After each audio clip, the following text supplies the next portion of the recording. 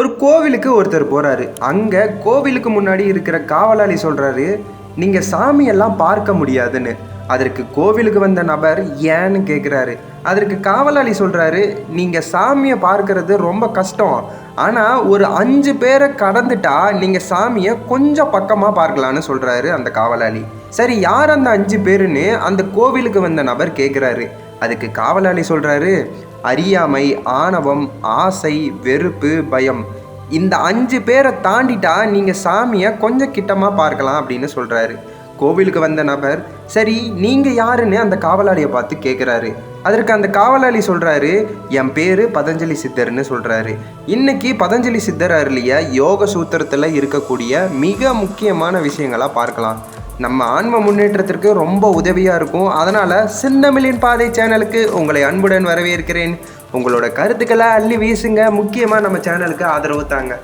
அறியாமை, ஆணவம், ஆசை, வெறுப்பு, பயம், இந்த 5ம் நம்மளை சமாதி நிலையை அடைய விடாமல் தடுக்குது. அதாவது பிரபஞ்சத்தை உணர விடாமல் மாயையோட பிடியில் விழச் செய்யுது. இந்த 5ம் கடக்கிறது ரொம்ப ரொம்ப கஷ்டம். ஆனால் பதஞ்சலி சித்தர் கடக்க முடியாதுன்னு எங்கேயும் சொல்லலை. ஒவ்வொன்றையும் தெள்ள தெளிவாக பார்க்கலாம் வாங்க. முதலாவதா அறியாமை. இந்த அறியாமைனால எனக்கு என்ன பிரச்சனை வரப்போகுதுன்னு கேட்கலாம். ஆனால் இந்த அறியாமை எப்படி தெரியுமா? ஒரு குட பாலில் ஒரு துளி விஷம் கலந்தா மொத்த பாலும் விஷமாக மாறிடும். அது போல தான் இந்த அறியாமை.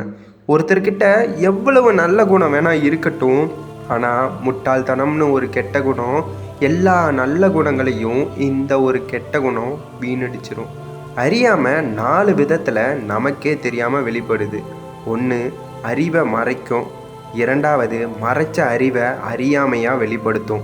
அது எப்படி ஒரு அறிவை மறைச்சி அறியாமையாக வெளிப்படுத்துதுன்னு கேட்டால், உதாரணத்துக்கு ஒருத்தர் ரொம்ப குண்டாக இருக்காருன்னு வச்சுப்போம். அவர் உடல் குறைக்கணும்னு நினைக்கிறாரு. அதனால் கண்டதை சாப்பிடக்கூடாதுங்கிற அறிவு அந்த நபருக்கு இருக்குது. ஆனால் வாய்க்கு ருசியான சாப்பாட்டை பார்த்ததும் அந்த அறிவு மறைஞ்சு போயிடுது. உடனே சாப்பிட போயிடுறாரு அந்த நபர். இதனால் அந்த அறிவு மறைஞ்சி அறியாமையாக வெளிப்படுது.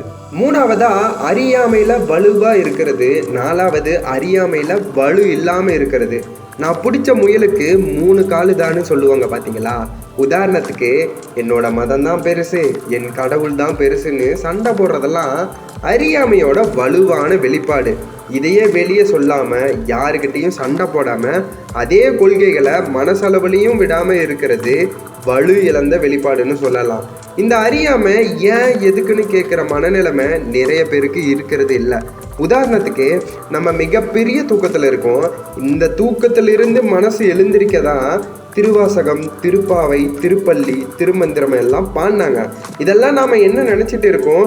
இறைவனுக்காக பாடியிருக்காங்க இதெல்லாம் அப்படின்னு நினச்சிட்டு இருக்கோம். இறைவனுக்காக பாடியிருக்காங்க, இதுதான் நம்முடைய அறியாமை. அதனால தான் வள்ளல் பெருமானும் விழித்திரு அப்படின்னு சொன்னார். இந்த அறியாமையை நீக்கி தூய அறிவை அறிஞ்ச பிறகு எப்படி நாம் உணர்வோங்கிறத பாரதியார் தன்னோட பாடல்கள் மூலமாக நம்ம கண்ணு முன்னாடி கொண்டு வந்து நிப்பாட்டுறாரு பாருங்க. வானில் பறக்கின்ற புல்லெல்லாம் நான், மண்ணில் திரியும் விலங்கெல்லாம் நான், காணிலில் வளரும் மரமெல்லாம் நான், காற்றும் புனலும் கடலுமே நான், விண்ணில் தெரிகின்ற மீனெல்லாம் நான், வெட்ட வெளியின் விரிவெல்லாம் நான், மண்ணில் கிடக்கும் புழுவெல்லாம் நான், வாரியில் உள்ள உயிரெல்லாம் நான், கம்பனிசைத்த கவியெல்லாம் நான், காருக தீற்றும் உருவெல்லாம் நான், இம்பர் வியக்கின்ற மாடக்கூடம் எழில் நகர் கோபுரம் யாவுமே நான், இன்னிசை மாதரிசையுள்ளேன் நான், இன்பத் திரள்கள் அனைத்துமே நான், புன்னிலை மாந்தர்தம் பொய்யெல்லாம் நான், பொறையிருந்துன்பம் புணர்ப்பெல்லாம் நான், மந்திரம் கோடி இயக்குவேன் நான், இயங்கு பொருளின் இயல்பெல்லாம் நான், தந்திரம் கோடி சமைத்துளோன் நான், சாஸ்திர வேதங்கள் சாற்றினோன் நான். அறியாமையினால எவ்வளவு மனபாதிப்புகள் வருதுன்னு பார்த்தோம். அறியாமையை அகற்றும் பொழுது கிடைக்கின்ற தூய அறிவனுடைய அனுபவத்தை பாரதியார் ரொம்ப அழகா சொல்றாரு. வானில் பறக்கின்ற புல்லெல்லாம் நான், மண்ணில் திரியும் விலங்கெல்லாம் நான், காணிலில் வளரும் மரமெல்லாம் நான், காற்றும் புனலும் கடலுமே நான். வானத்தில் பறக்கிற பறவையும் நான் தான், விலங்கும் நான் தான், மரமும் நான் தான், காற்றும் ஆறும் கடலுமே நான் தான்.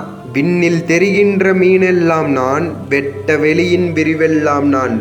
வானத்தில் தெரிகிற விண்மீனும் நான் தான், வெட்ட வெளியின் விரிவும் நான் தான். ரொம்ப பெரிய விஷயம். பிரபஞ்சம் விரிவடைஞ்சுக்கிட்டே போகும். அதனுடைய ஆழத்தை விஞ்ஞானத்தினால கூட சொல்ல முடியாது.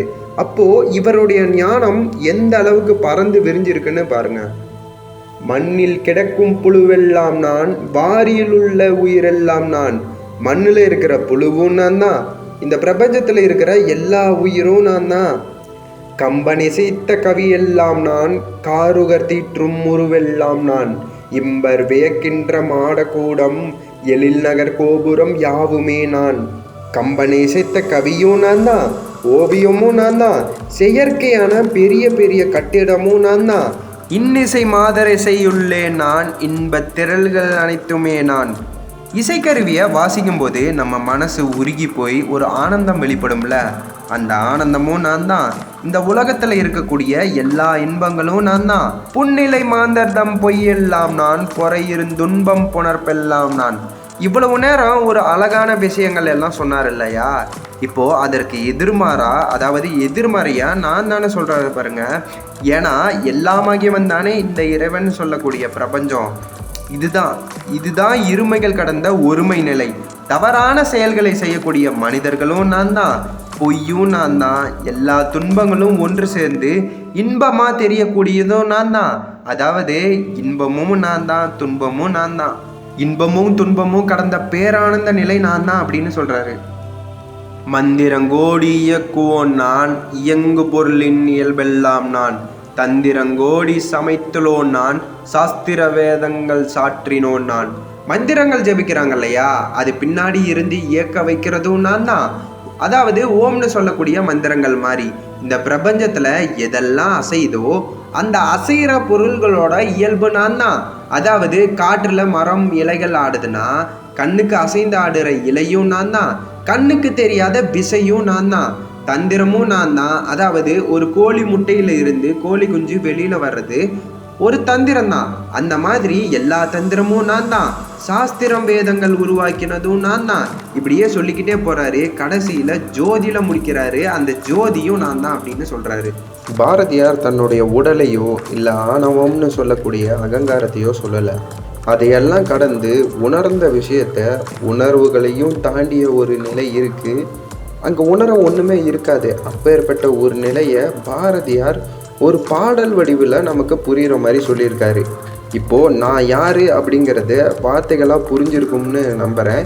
இனி நீங்களும் உணருங்க, அதையே வாழ்க்கையாக வாழுங்க, தினமும் விழிப்புணர்வோடு இருக்க பயிற்சி பண்ணுங்கள். இப்போ நல்லா புரிஞ்சிருக்கும்னு நம்புகிறேன். இந்த அறியாமை எப்படி அறிவை அறிய விடாமல் பண்ணுதுன்னு தெரிஞ்சிருக்கும்.